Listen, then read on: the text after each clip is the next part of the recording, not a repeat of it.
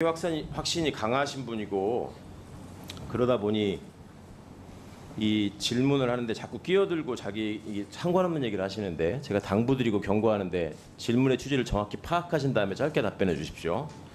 예, 자기 확신이 강하다는 게 좋을 때도 있고 나쁠 때도 있는데 특히 조심해야 될 게 감사원 같은 헌법기관, 사정기관의 주요 간부가 자기 확신에 빠져서 일방적인 얘기를 하게 되면 굉장히 위험한 일이 된다는 것을 염두에 두고 가급적 객관적으로 말씀하실 수 있게 그런 걸 갖고 여쭤볼게요. 예, 객관적으로 질문해 주시면 객관적으로 답변하겠습니다. 감사위원회에 참석할 수 있는 근거가 감사원법에 있지요.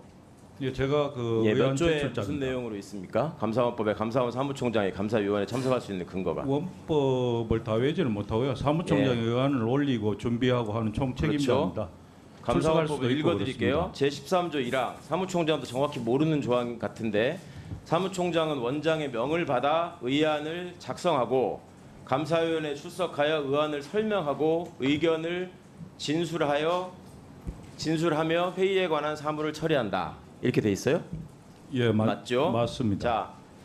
자, 감사위원회에서 감사원 사무총장이 설명을 하는 것인데 그렇게 하는 이유가 사무처에 계시기 때문에 그러는 거예요. 감사원법상 감사원 사무처의 관리감독 책임자가 누굽니까? 저입니다. 사무총장입니다. 그러니까 법도 잘 모르고 지금 앉아 있으니까 자꾸 이렇게 월권을 하고 이상한 소리 하는 거예요. 감사원법 16조에 보면 원장의 지휘 감독하에 회계감사, 감찰, 심사결정 및 감사원에 관한 행정사무를 처리하기 위하여 감사원의 사무처를 둔다. 아셨어요? 감사원 사무총장은 사무처의 책임자가 아니고요. 원장의 명을 받아서 저희가 당연히 원장님의 명을 받는 거고요. 사무처 지휘감독 다 듣고 말씀하시라고요. 감사원 사무처의 책임자는 감사원법에 감사원장이라고 명시적으로 나와 있습니다. 그런데 감사위원회 회의록을 맞습니다만 봤는데 사무처 책임자는 사무총장입니다. 감사위원회 회의록에서 맨 앞에 보면은 이날의 의안이 이렇게 쭉 적혀 있어요. 안건 1번부터 보면 공직자 복무관리 실태 등에 관한 대한 점검 총 8건이라고 해가지고 권유기 1, 2, 3, 4 이렇게 쭉 나와 있거든요. 그런데 처음에 이 감사위원회 회의가 시작될 때 아마 주심 감사위원님으로 보이는데 우리 감사원법 15조에 따라서 원장님의 재척 사유가 있는지에 대해서 먼저 판단하고 가야 된다라는 얘기를 합니다. 원장님 기억하시죠? 네. 예. 근데 이거에 대해서 이게 사무총장이 끼어들어서 그것은 궤변이라는 그 지금 이제 유명하게 된 말을 합니다. 자, 사무총장은 어떤 권한으로 감사원법의 어떤 조항에 의거해서 지금 제처에 관한 감사위원들의 논의에 끼어서 이런 궤변이라는 말씀을 함부로 하시게 된 겁니까? 총장이 바빠서 동상 참석 못합니다만 이번 경우는 감사원법의 어떤 조항에 무슨 근거에 의해서 말씀하셨는지 밝혀주시기 바랍니다.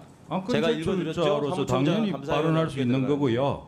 그리고 제가 거기 이례적으로 참석한 거는 미리 낌새와 정황과 어느 정도 뭘 들었기 때문입니다. 제청 문제를 논의하는 게 의안이었습니까 당시에?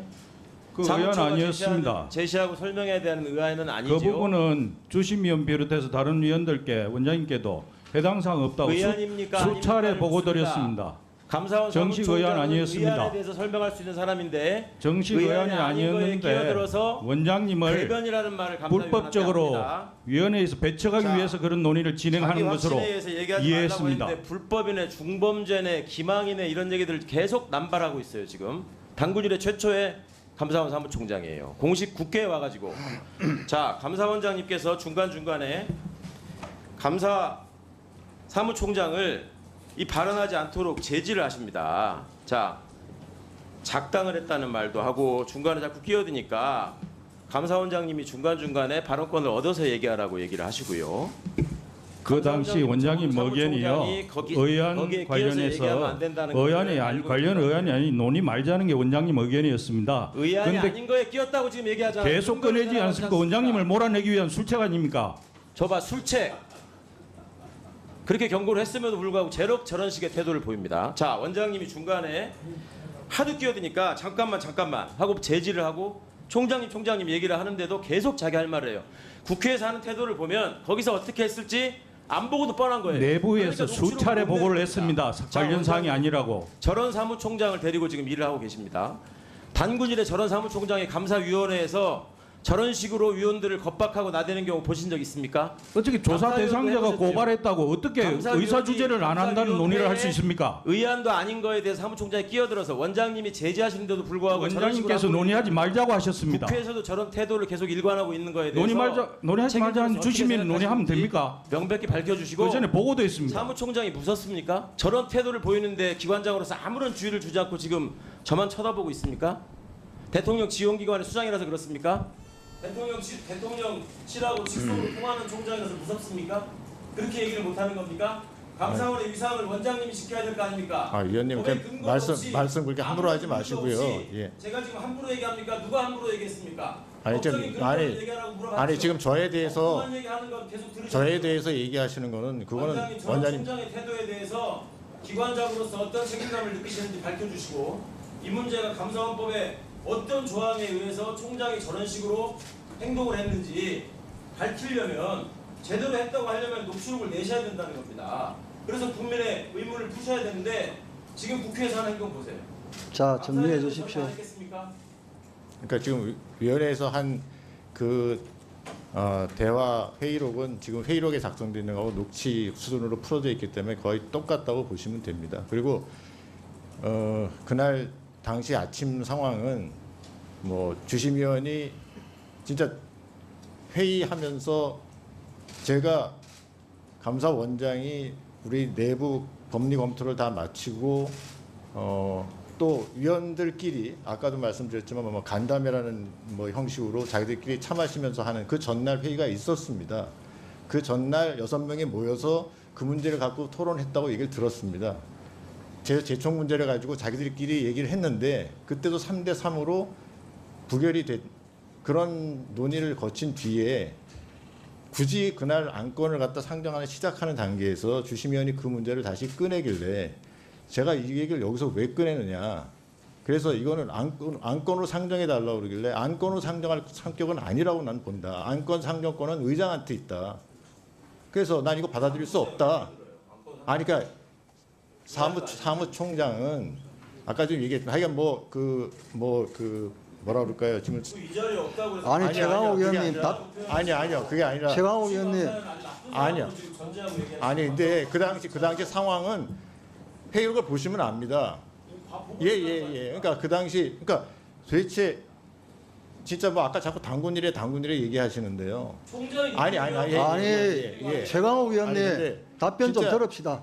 이게 위원회에서 위원 시작하자마자 원장을 상대로 재척하는 거 갖다가 논의하자고 얘기한 것도 저는 진짜 제가 30년 이상 근무하면서 처음 들었습니다. 그때 끼어드는 사무총장은 30년 내내 있었고 최강욱 의원님 답변 좀 들읍시다.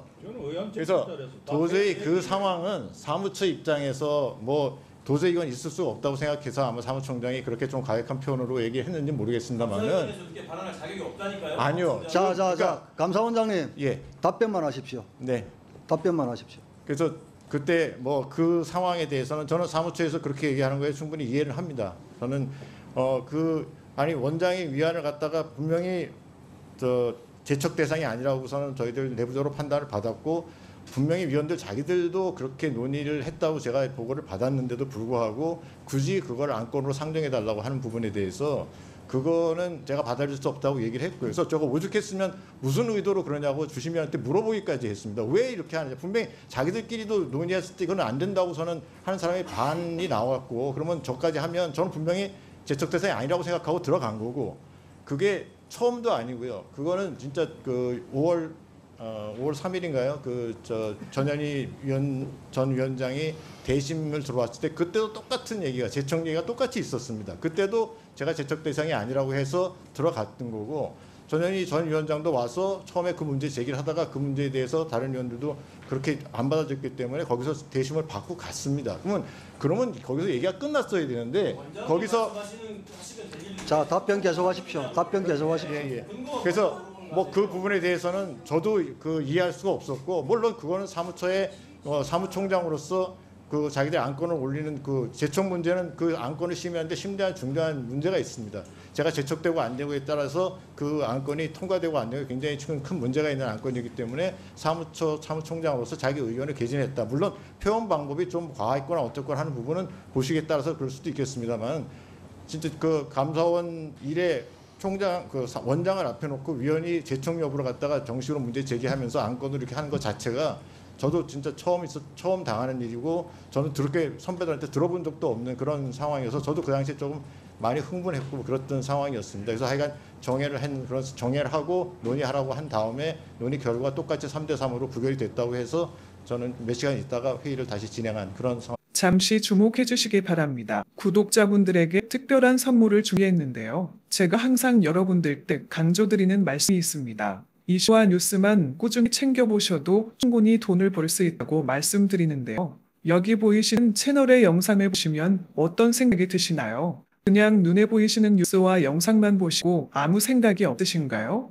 그렇다면 저는 잘못된 것이라고 말씀드리고 싶습니다. 그 이유가 무엇이냐면 제가 8월 초에 뭐라고 말씀드렸나요? 지금은 바이오에 관심을 가져야 한다라고 뉴스만 보고 넘기지 마시고 투자를 직접적으로 생각해봐야 한다고 말씀드렸는데요. 이런 썸네일들과 영상을 통해서 충분히 구독자님들께도 전달이 되셨을 겁니다. 이런 바이오 이슈가 되었을 때 부자들은 어떻게 생각할까요? 바이오 관련주는 무엇이 있는지, 어떤 종목이 가장 좋을지, 어디에 투자해야 돈이 몰릴 수 있는지 자연스럽게 생각한다고 말씀드렸습니다. 지난번에 구독자분과 함께하는 주식으로 수익 내기를 진행했었는데요. 100% 무료로 진행을 했고 이 사진을 보시면 아시겠지만 구독이라는 문자 메시지를 남겨주신 모든 시청자분들께 이렇게 바이오 관련주 중에 가장 급등할 확률이 높은 한 종목을 드렸습니다.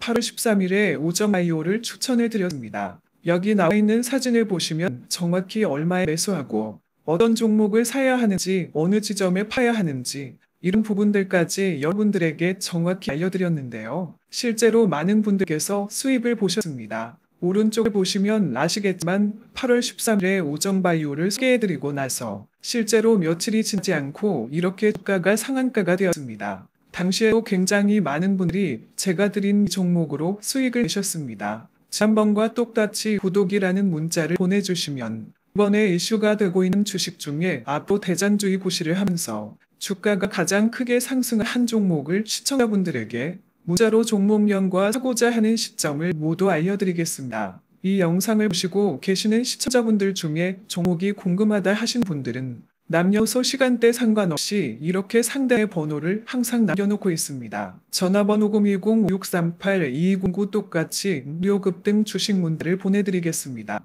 돈을 받는 것도 아니고 투자를 대신해 드리는 것도 아니고 부담없이 구독 문자 보내주시면 되십니다. 수익이 나신다면 구독과 좋아요 한 번씩